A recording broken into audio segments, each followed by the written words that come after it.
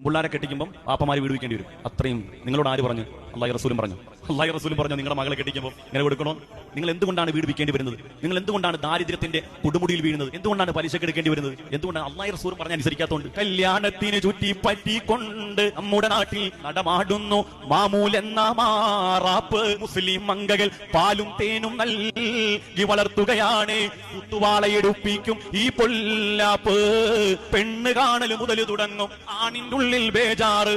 പെണ്ണ് പിറന്നു കഴിഞ്ഞാൽ പിന്നെ വേണം ഒത്തിരി മാമൂല്. എന്തെല്ലാം കോപ്രായങ്ങൾ! ഇതിനൊക്കെ എത്ര രൂപ ചെലവാണ്?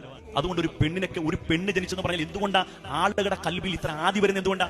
എനിക്കൊരു മോള് ജനിച്ച് പലരും അൽഹംദുലില്ലാഹ് 2 പെൺകുട്ടികൾ ഉണ്ടായെങ്കിൽ 3 പെൺകുട്ടികൾ ഉണ്ടായെങ്കിൽ സ്വർഗത്തിലാണെന്ന് നബി തങ്ങൾ പറഞ്ഞു. പുറമെ പറയുമ്പോഴും ഉള്ളിൽ ഇങ്ങനെ ആദിയാണ്. എങ്ങനെ കെട്ടിക്കും?